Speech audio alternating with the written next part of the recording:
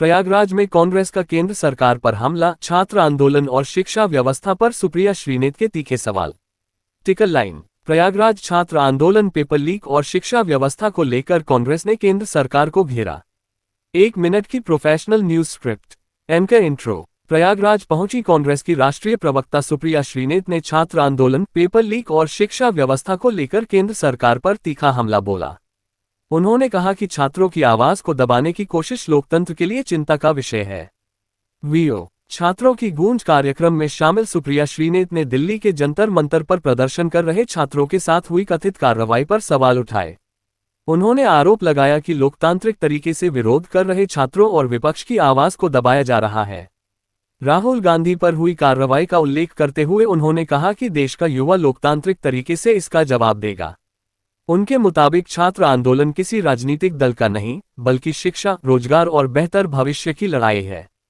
सुप्रिया श्रीनेत ने केंद्रीय शिक्षा मंत्री के इस्तीफे की मांग दोहराते हुए कहा कि पेपर लीक और शिक्षा व्यवस्था से छात्रों का भरोसा कमजोर हुआ है। उन्होंने सरकार से जवाबदेही निभाने और लोकतांत्रिक विरोध का सम्मान करने की अपील की। प्रशासन में सबको पता है और अब युवाओं को भी आपने नहीं बख्शा। हर मोर्चे पर विफल है ये सरकार। इस मुंह से एक शब्द नहीं निकलता है, वो इस बात का सबूत है कि कितने डेस्पोटिक और डेस्परेट ये हो चुके हैं। जितेंद्र सिंह जी ने कल आरोप ये लगाया कि पहले राहुल गांधी जी ये मांग कर रहे थे कि धर्मेंद्र प्रधान का इस्तीफा और सदन में इस बात पे चर्चा हो, लेकिन जब उनकी मांगें मान ली गई तो वह अमित शाह और पीएम मोदी का इस्तीफा मांगने लगे। इस पे आपका क्या कहना है? साथ इन्होंने किया, वो देखने वाला दृश्य था, वो बर्बरता शायद लोकतंत्र में पहले कभी नहीं हुई थी। लोकतंत्र पर एक बहुत बड़ा धब्बा है। जिस तरह से प्रियंका गांधी जी को मैन हैंडल किया गया, हम सब लोग वहाँ पर थे। रात को 10 साढ़े 10 बजे तक हम लोग गिरफ्तार रहे और उसके बाद जब छूटे तो इनको लगा कि हमारे हौसले पस्त हो जाएंगे, लेकिन हम नेहरू और गांधी की पार्टी, ना हमारे हौसले पस्त होंगे, ना हम निराश बैठेंगे। हर मोर्चे पर आपको हम लड़ते हुए दिखेंगे और इसलिए लड़ेंगे क्योंकि ये लड़ाई लड़नी ज़रूरी है। इस सरकार की एक हैबिट है, एक प्रथा है इनके यहाँ, जो सवाल पूछता है, जो आवाज़ उठाता है, जो जवाबदेही तय करना चाहता है, उसका दमन करते हैं। पहले किसानों का किया, उनके रास्ते खुलवा कर किए गए, फिर महिला पहलवानों को संसद के बाहर घसीटा गया, उनके बाल नोचे गए, उनको मुंह तले रौंदा गया, और अब युवा छात्रों के साथ जो बर्बरता की गई है, जिस तरह से उनको पीटा गया है, जिस तरह से जबरन उनके साथ हिंसा की गई है, उसके खिलाफ हम बोलेंगे और बोलना जरूरी है। एक वीडियो वायरल हो रहा है जिसमें दिखाया जा रहा है कि विदेशी जो फंडिंग आती थी उसको मानसून सत्र में आवाज़ उठानी थी सरकार को, उसको रोकने के लिए इस कौन सा वीडियो है ये? कौन सी फंडिंग आती थी? सरकार के पास सारे तंत्र हैं। सरकार के पास ईडी है, सीबीआई है, इनकम टैक्स है, जिसका जबरन खूब जमकर प्रयोग करते हैं नरेंद्र मोदी।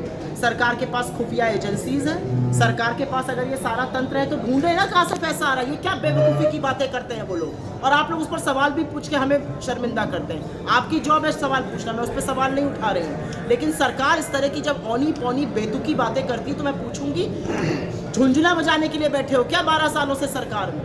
अगर सरकार में हो और ऐसी कोई न्यूज़ है तो गिरफ्तार करो, लोगों को दमन करो। उनका दमन करने के बजाय युवाओं का दमन करते हैं। आपके पास इतनी खुफिया रिपोर्टिंग है तो राम मंदिर का चढ़ावा कैसे चोरी हो रहा था, उसकी रिपोर्ट नहीं आई थी? झूठ बोलते हैं ये लोग, शर्म आनी चाहिए।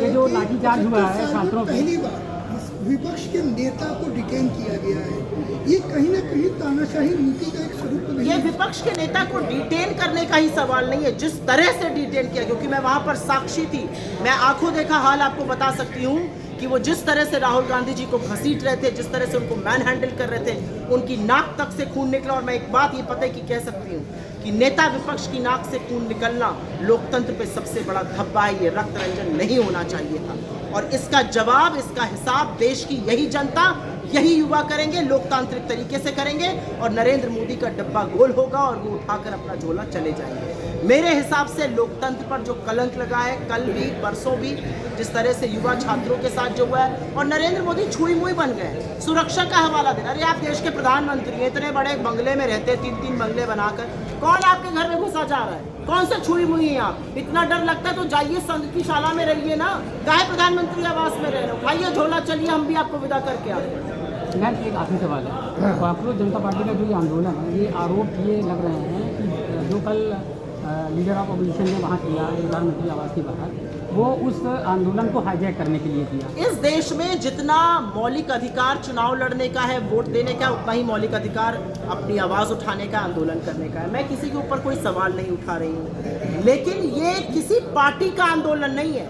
जो लोग वहाँ आए थे वो किसी पार्टी के आह्वान पर नहीं आए थे। जो युवा वहाँ आया था वो अपने भविष्य को बचाने के लिए, अपने भविष्य की लड़ाई